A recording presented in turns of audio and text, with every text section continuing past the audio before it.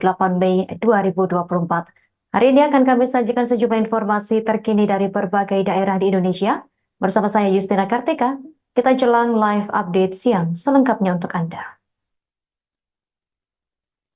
Pemirsa, sebanyak 27 siswa-siswi SDN Jungcangcang 1 Kabupaten Pamekasan, Madura diduga keracunan seusai memakan snack daya DIB. Siswa-siswi sebanyak itu mengalami gejala mual, muntah, sakit perut dan pusing setelah memakan snack seharga seribuan tersebut. Kepala SDN Jungcangcang 1 Pamekasan Siti Fatima mengatakan 27 siswa-siswinya yang diduga keracunan setelah memakan snack daya DIB itu terungkap sejak 30 April 2024. Untuk informasi lebih lengkapnya, kita telah terhubung bersama rekan Kuswanto Ferdian, wartawan Tribun Madura, yang akan melaporkannya untuk Anda. Rekan Kuswanto, silakan laporan lebih lengkapnya dari Anda, rekan. Baik, terima kasih rekan Justina. Bersama dengan saya Kuswanto Ferdian, reporter tribunmadura.com di Kabupaten Pamekasan. Sebanyak 27 siswa-siswi SDN Jungcangcang 1 Kabupaten Pamekasan mengalami dugaan gejala keracunan setelah memakan snack seharga seribuan bermerek Daya DIB. Nah, diketahuinya sejumlah siswa yang mengalami keracunan ini setelah beberapa siswa di sekolah tersebut pada tanggal 30 April sekitar pukul 9 mengalami gejala mual, pusing, dan juga muntah di dalam kelas saat pelajaran berlangsung. Saat itu hanya terdapat satu siswa yang mengalami gejala tersebut. Namun berangsur sejam kemudian, beberapa siswa yang lain juga mengeluh gejala yang sama, sehingga pihak sekolah akhirnya memanggil semua siswa yang mengalami gejala tersebut dan menanyakan apa yang telah dimakan oleh mereka sebelum mengalami gejala pusing ataupun muntah tersebut. Nah, sebagian siswa ini ketika dilakukan interogasi, mereka mengaku banyak memakan snack seribuan yang baru saja dijual oleh pihak kantin sekolah, berangsur sekitar 2 hari begitu. Snack bermerek Daya DIB, dari sebagian mereka mengaku ada yang memakan sampai 4, dan karena mereka mengaku tertarik ataupun banyak menyukai makanan ini karena rasanya manis, pedas, dan seperti makanan seperti jelly begitu. Nah, saat diinterogasi ternyata diketahui mereka semua mengaku memakan snack yang sama dan mengalami gejala yang sama. Nah, pada hari itu juga dari pihak sekolah langsung memulangkan semua siswa-siswinya yang mengalami gejala mual dan muntah ini, yang dipulangkan lebih awal atau lebih cepat. Pada saat itu dipulangkan sekitar pukul 12:30. Nah, keesokan harinya masih libur dan keesokan harinya lagi, lalu dari pihak sekolah melaporkan kepada Dinas Kesehatan dan juga pemerintah Kabupaten Pamekasan. Saat itu dari Dinkes langsung melakukan upaya penyelidikan dan identifikasi, sehingga jajan tersebut saat ini dilakukan pemeriksaan laboratorium di Surabaya, namun untuk hasil uji labnya masih belum keluar. Nah, kemarin pula dari pihak kepolisian langsung melakukan upaya tindak lanjut untuk menarik jajan tersebut atau menyisir sejumlah jajan Daya DIB itu dikhawatirkan sudah banyak menyebar di sekolah-sekolah di Pamekasan dan juga menyebar di Pamekasan.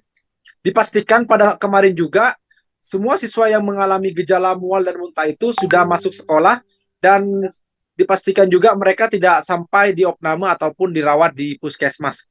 Nah, namun untuk hasil dari laboratorium terkait uji klinis ataupun kandungan apa yang terdapat di dalam makanan tersebut masih belum keluar dari laboratorium kesehatan dari Surabaya. Nah, saat ini dari pihak Polsek Pamekasan masih terus menyisir ke pasar-pasar dan juga menyisir ke sejumlah tempat dagangan-dagangan makanan orang-orang yang dijual di pinggir jalan untuk menyisir, dikhawatirkan jajan ini juga diperjualbelikan di sekolah-sekolah lain.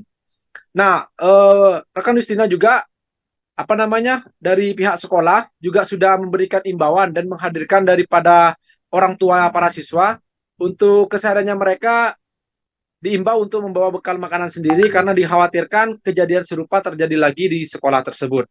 Begitu rekan Justina untuk update informasi lebih lanjut, nanti apabila sudah keluar dari uji laboratorium dari Surabaya, dia akan dilaporkan lebih lanjut lagi. Terima kasih rekan Justina, kembali ke studio. Baik, rekan Kuswanto Ferdian, wartawan Tribun Madura, terima kasih atas laporan dari Anda. Kami tunggu informasi selanjutnya dari Anda. Selamat bertugas kembali. Pemirsa, kami tampilkan wawancara wartawan lapangan kami bersama Kepala SDN Jungcangcang 1 Pamekasan Siti Fatima. Pada tanggal 30 itu ada siswa yang mual muntah. Salah seorang guru mengatakan belumnya pulang, dan kami memprediksi bahwa itu hal yang biasa, mungkin masuk angin dan sebagainya. Sesudah diantarkan pulang, menyusullah beberapa siswa yang juga gejala yang sama. Hanya kami kumpulkan. Ternyata setelah diusul-usul, ternyata anak itu memakan snack yang daya itu, trip daya apa itu. Sesudah itu, kami hentikan anak jangan makan itu, dan gejalanya sama. Kepala Desa Rejotangan, Kecamatan Rejotangan, Kabupaten Tulung Agung Andi Mutojo ditahan di Lapas Kelas 2B Tulung Agung pada Selasa 7 Mei 2024. Sebelumnya, telah ditetapkan sebagai tersangka oleh Polres Tulung Agung dalam perkara korupsi bantuan keuangan BK tahun anggaran 2021 sebesar Rp175 juta. Untuk informasi terkait berita ini, saat ini kita telah terhubung bersama rekan David Yohanes, wartawan Tribun Mataraman, yang akan melaporkannya untuk Anda. Rekan David, silakan laporan lebih lengkapnya. Terima kasih Justina. Kepala Desa Rejotangan, Kecamatan Rejotangan, Kabupaten Tulung Agung, Andi Mutojo ditetapkan sebagai tersangka dan ditahan oleh Kejaksaan Negeri Kabupaten Tulung Agung, Jawa Timur pada hari Selasa kemarin. Sebelumnya, Andi ini sudah ditetapkan sebagai tersangka sejak proses hukum di Polres Tulung Agung. Andi diduga melakukan korupsi dana bantuan keuangan tahun 2021 senilai 175 juta. Namun selama proses di kepolisian, Andi tidak pernah ditahan, namun saat kemarin dilakukan pelimpahan tahap 2 atau pelimpahan barang bukti dan tersangka, Kejaksaan Negeri Tulung Agung memutuskan untuk menahan Andi dan dititipkan ke Lapas Kelas 2B Tulung Agung. Hal ini berbeda dengan dibanding dengan para tersangka kasus korupsi lainnya yang selama ini langsung dititipkan ke cabang rutan di Kejaksaan Tinggi Jawa Timur di Surabaya. Pihak Kejari Tulung Agung beralasan bahwa penitipan Andi di Lapas Kelas 2B Tulung Agung ini karena pertimbangan kemanusiaan. Andi sudah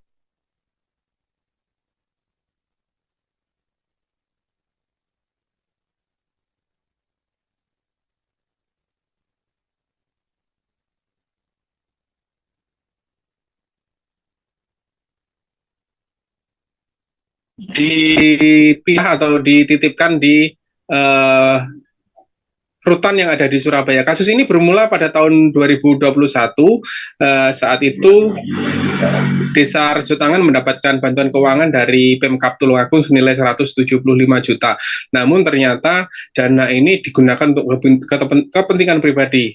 Berdasar penjelasan kuasa hukum Andi, pada tahun 2019 anak kandung Andi ini maju sebagai calon legislatif pada pemilu 2019. Namun karena gagal, anak Andi ini meninggalkan hutang lebih dari 1,5 miliar. Andi sudah berusaha menutup dengan menjual hutang. Karena itu ketika ada bantuan keuangan itu, Andi bermaksud menggunakannya untuk sementara waktu. Namun sampai batas akhir waktu pelaksanaan proyek, ternyata Andi belum punya uang untuk menggantikan uang yang sudah digunakan, sehingga pembangunan ini sempat menjadi temuan dari inspektorat. Dan setelah masa pembangunan ini lewat, Andi baru mendapatkan uang dan menggantikan uang tersebut untuk pembangunan jalan rapat di Dusun Kates. Jadi meskipun Andi sekarang sudah ditetapkan sebagai tersangka dan ditahan, namun realisasinya di lapangan sebenarnya proyek ini sudah selesai dikerjakan.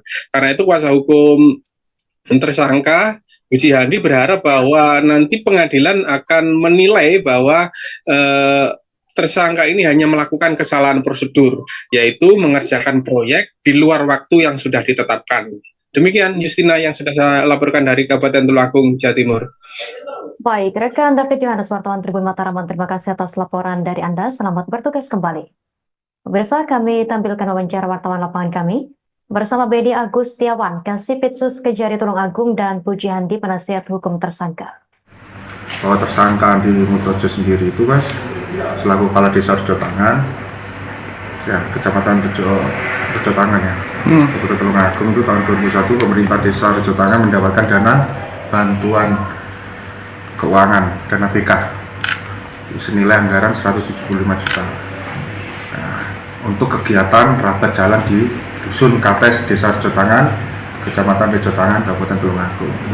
Desa dan kepala desa, kepala desa, terus uang tersebut tidak digunakan untuk kegiatan pembangunan. Ternyata digunakan untuk pribadi oleh Bapak Andi Mutoja, tersangka Andi Mutoja, selaku kepala desa.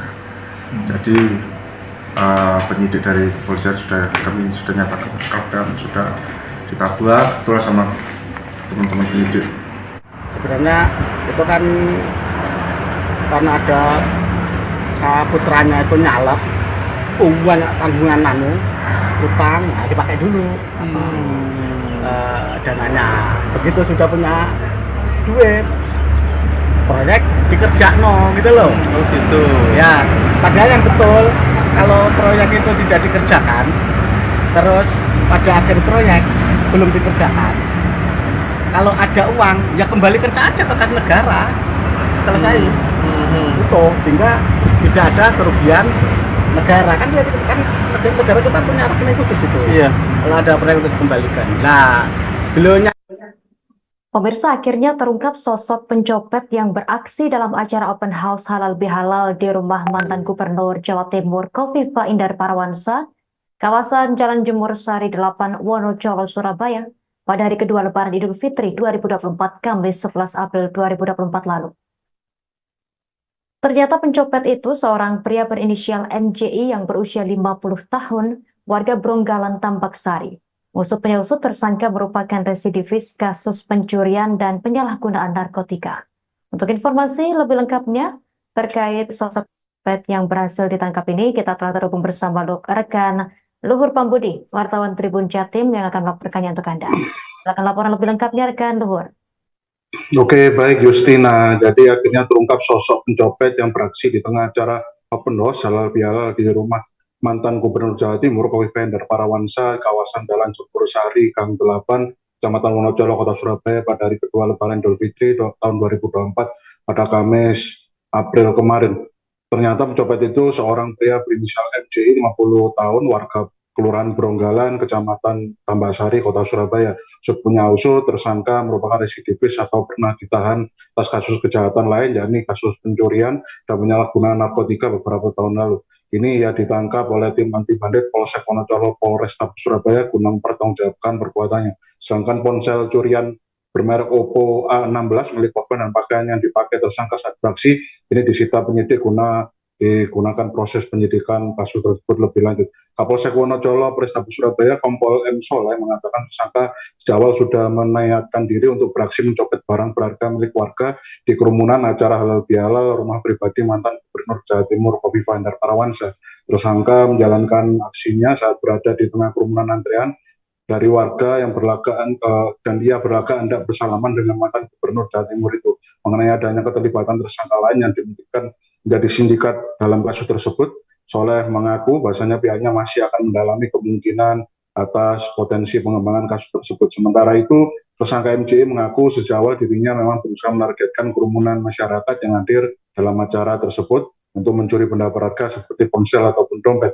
Ia beraksi tanpa membawa senjata tajam. Saat beraksi di kediaman Kofifa, ia sengaja berlagak sebagai pengunjung atau masyarakat yang sedang mengantre untuk bersalaman dengan mantan Gubernur Jawa Timur itu. Saat kerumunan masih mengular di area jalanan depan pagar rumah Kofifa, ia lantas membuka resleting sebuah tas wanita yang mengantri di depannya.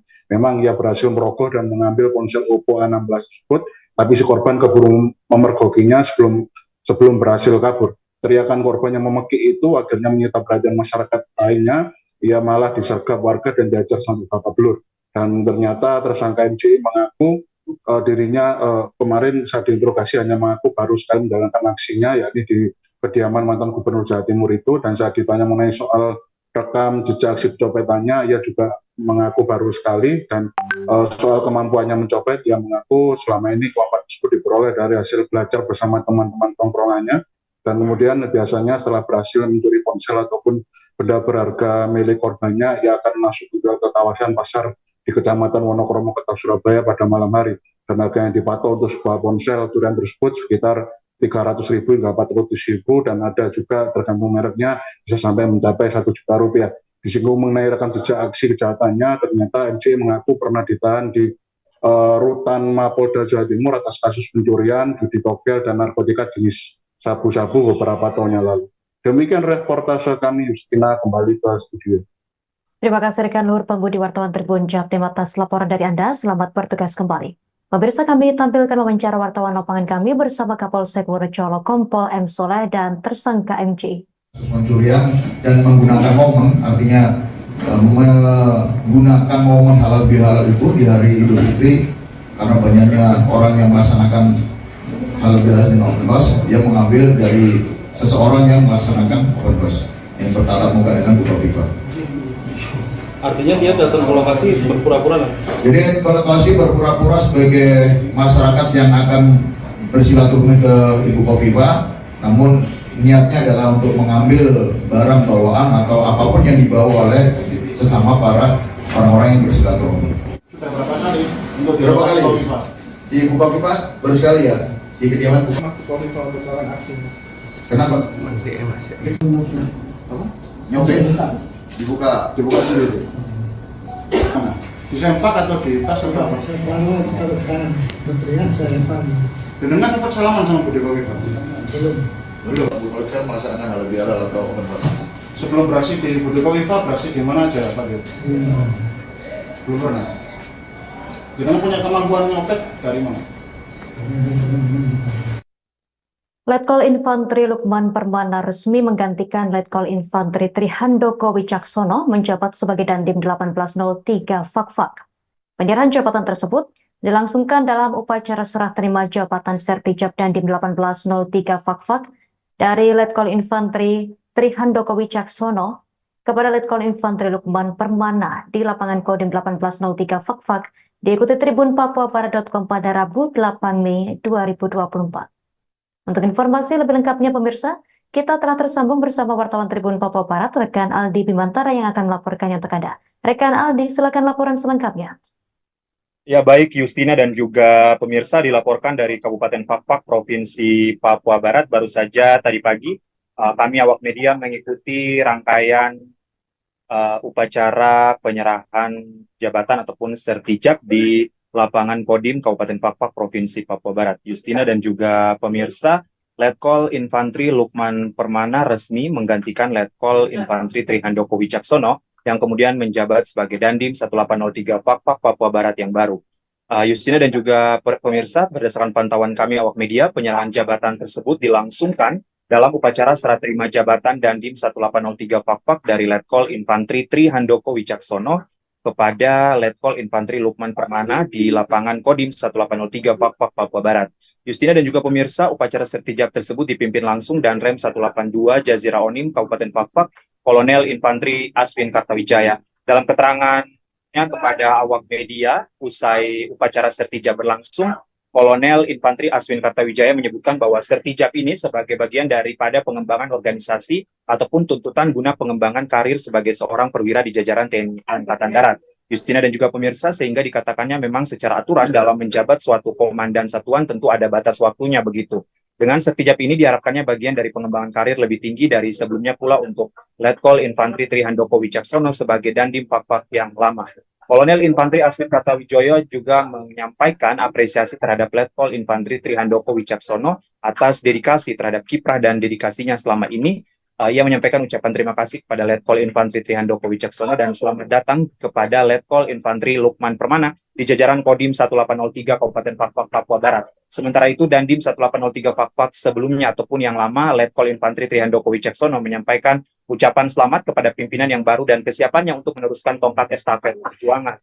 Ia menyebutkan bahwa kurang lebih hampir 2 tahun ia menjabat, tentu ada kekurangan dan kesalahan, untuk itu ia memohon maaf kepada semuanya. Namun ia yakin dan percaya Letkol Infantri Lukman Permana dapat meneruskan estafet kepemimpinan sebagai Dandim 1803 Fakfak, Papua Barat yang baru dan tentu jauh lebih baik dari dirinya.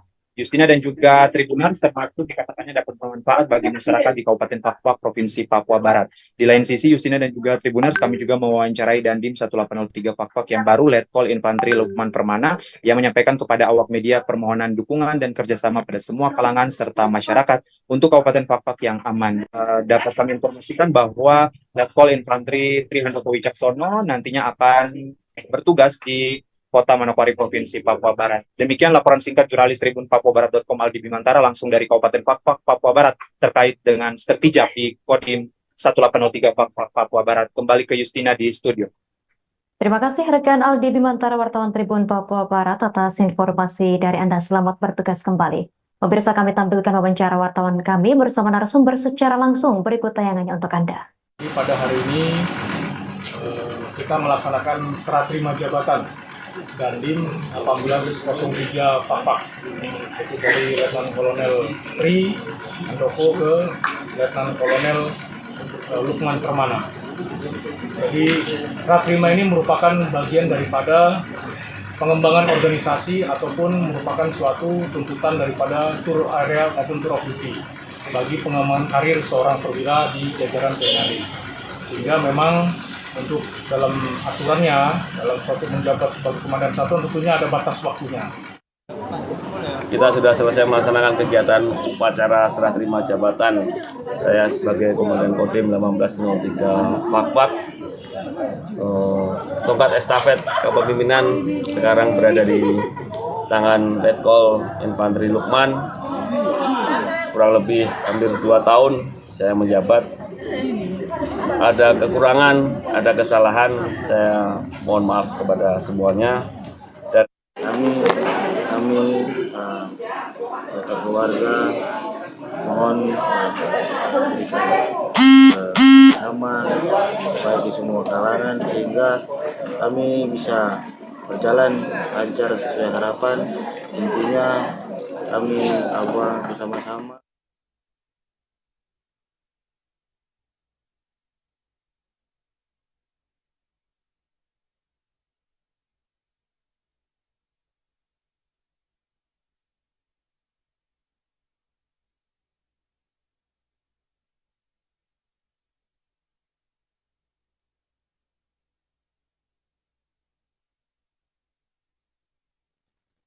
Dialog dan peluncuran slogan Semangat Membangun Kaltara dilaksanakan pada Selasa 7 Mei 2024. Dua narsum dihadirkan diantaranya Profesor Dr. Josnul Maria dan Gubernur Kaltara Zainal Arifin Paliwang. Kegiatan juga dihadiri Wagub Kaltara Yansen TP dan PJ Wali Kota Tarakan Bustan. Kegiatan juga dihadiri oleh seluruh stakeholder. Untuk informasi lebih lengkapnya terkait berita ini, kita telah terhubung bersama rekan Andi Pausia, wartawan Tribun Kaltara yang akan melaporkannya untuk Anda. Rekan Andi, silakan laporan Anda, rekan. Ya, baik rekan, selamat siang Tribuners. Bersama saya Andi melaporkan dari Kota Tarakan, Provinsi Kalimantan Utara. Ya, kegiatan dialog dan peluncuran slogan Semangat Membangun Kaltara dilaksanakan tadi malam pada hari Selasa tanggal 7 Mei 2024. Adapun dua narsum dihadirkan malam tadi, diantaranya ada Ibu Profesor Dr. Josnul Maria dan juga turut hadir Bapak Gubernur Kaltara Dr. Andes Zainal Arifin Paliwang. Adapun mengawali sambutannya, Bapak Zainal menyampaikan bahwa kegiatan peluncuran slogan Bersama Kita Tangguh ini salah satu wujud Pemprov dalam melaksanakan kampanye sosial, di mana temanya Bersama Kita Tangguh ini dalam rangka membangun semangat kebersamaan yang ada di Kaltara untuk lebih maju ke depannya. Ia juga melanjutkan bahwa di kesempatan itu tadi malam ia juga berpesan agar jangan ada sekat, jangan ada terjadi perpecahan apalagi saat ini di musim pilkada. Dan ia juga menyampaikan bahwa diharapkan di Kaltara tetap tercipta kondisi sejuk, aman, berkeadilan menghadapi pesta demokrasi pilkada 2024. Tantangan ke depan juga ia menyampaikan di Kaltara sendiri sudah ada 5 tahapan RPJMD yang disusun, dan di mana 5 tahapan itu terdiri dari pertama penguatan transformasi, kemudian tahapan akselerasi, lalu bagaimana perwujudan daya saing Kaltara, terakhir di mana daya saing berkelanjutan bisa mendukung Indonesia Emas.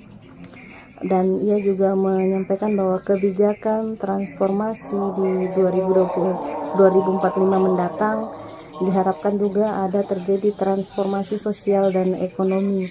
Begitu juga dari sisi supremasi hukum, ada ketangguhan diplomasi dan ketahanan ekonomi. Tentunya juga termasuk dari sisi transformasi kesehatan secara inklusif dan ada SDM unggul, akses yang berkualitas, dan perlindungan sosial serta penuntasan kemiskinan. Dalam hal ini yang mencontohkan ia sendiri sudah menggelontorkan sebanyak 45.000 orang di Kaltara mendapatkan bantuan perlindungan sosial khusus untuk masyarakat rentan yang ada di Kaltara. Dari sisi arah kebijakan, ia mengharapkan adanya transformasi ekonomi berbasis potensi berbasis penerapan ekonomi hijau, termasuk juga peningkatan digital dan integrasi ekonomi digital, integrasi antar kabupaten dan kota unggul, dan bisa menjadi pusat pertumbuhan baru termasuk di wilayah perbatasan agar bisa sejahtera. Ya, demikian rekan, saya melaporkan dari Kota Tarakan, Provinsi Kalimantan Utara. Terima kasih rekan Andi, wartawan Tribun Kaltara atas laporan dari Anda. Selamat bertugas kembali rekan. Pemirsa, kami tampilkan wawancara wartawan lapangan kami bersama Gubernur Kaltara Dr. Ades Zainal Arifin Palibang. Kegiatan apapun ya, kalau kita bersama-sama untuk ya bekerja, insya Allah itu bisa selesai dengan baik. Tetapi kalau kita bekerja sendiri-sendiri itu saya yakin akan lama, bisa sih tercapai tapi target tidak tercapai. Ya, itu.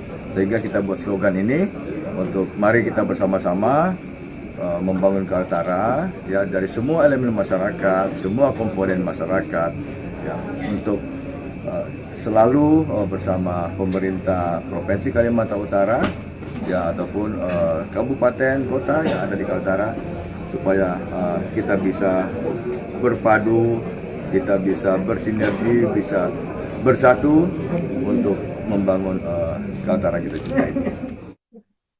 Forum Rektor Perguruan Tinggi Muhammadiyah Aisyah menyuarakan hak-hak kebebasan Palestina di depan kampus Muhammadiyah Kota Makassar pada Selasa 7 Mei 2024.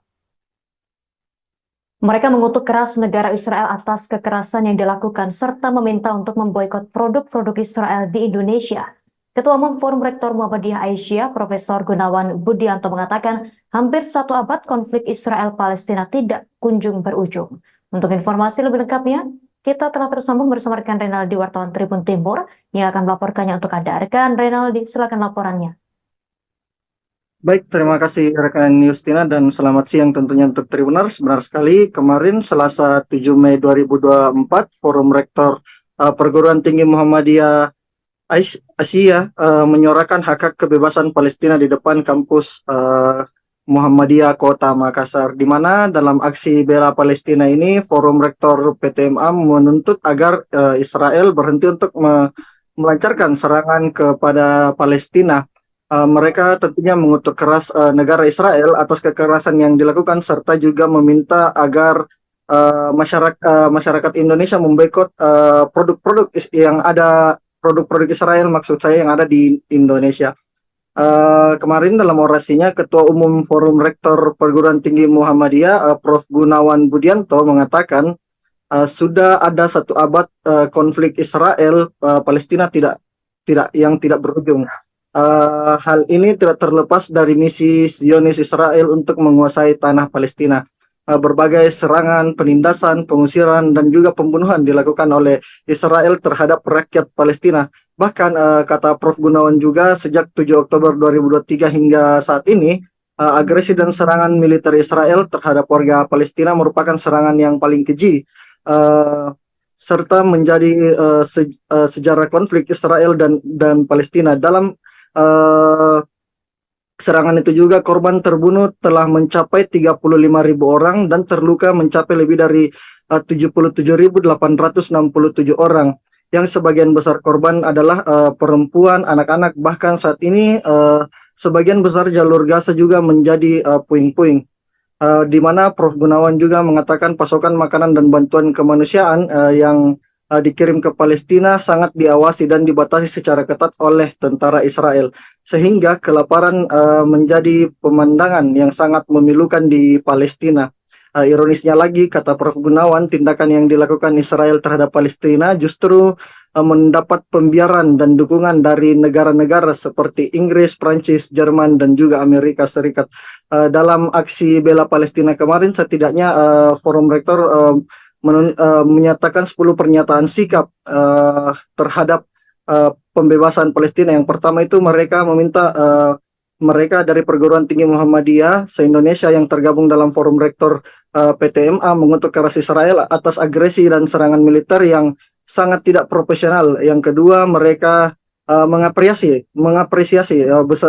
sebesar-besarnya dukungan dari mahasiswa, dosen, guru, dan seluruh dunia yang sudah berani menyuarakan hati nurani dan akal sehatnya menolak kejahatan genosida Israel dan mendukung kemerdekaan Palestina. Ketiga, mereka mengecam keras sikap Amerika Serikat, Prancis, Inggris, Jerman, dan negara-negara lainnya, serta yang terus membiarkan dukungan dan bantuan terhadap Israel dalam agresi dan penyerangannya terhadap Palestina. Keempat, mereka meminta Perserikatan Bangsa-Bangsa atau PBB untuk memaksa memfasilitasi perundingan dan gencatan senjata antara Israel dan Palestina. Kelima, mereka mendukung Mahkamah Kejahatan Internasional atau ICC mengadili Benjamin Netanyahu dan tokoh-tokoh Israel lainnya. Keenam, mereka mengecam Organisasi Kerjasama Islam, Rabita Alam Islam, dan negara-negara Arab yang bersikap lemah dan cenderung membiarkan Israel secara leluasa melakukan penyerangan dan pembunuhan hanya untuk kepentingan dalam negeri mereka. Ketujuh, mereka mengapresiasi atas konsistensi dan keberanian Menteri Luar Negeri RI dalam berbagai forum dunia untuk terus membela dan memperjuangkan kemerdekaan Palestina. Kedelapan, mereka juga meminta kepada pemerintah Indonesia untuk tidak berpikir sedikit pun dan apalagi melakukan langkah-langkah politik untuk membuka hubungan diplomatik dengan negara agresor dan pelaku genosida Israel. Kesembilan, mereka meminta agar pemerintah Indonesia memperkuat jalinan diplomasi dengan negara-negara lain untuk mewujudkan lahirnya negara Palestina yang merdeka dan berdaulat. Kesepuluh, mereka mengajak seluruh lapisan masyarakat Indonesia untuk terus memberikan perhatian serius terhadap perkembangan konflik Israel dan Palestina dengan terus memberikan bantuan moral, material, spiritual, dan juga spiritual terhadap perjuangan rakyat Palestina. Seperti itu kiranya rekan Justina. Baik, rekan Renaldi, wartawan Tribun Timur, terima kasih atas laporan dari Anda. Selamat bertugas kembali.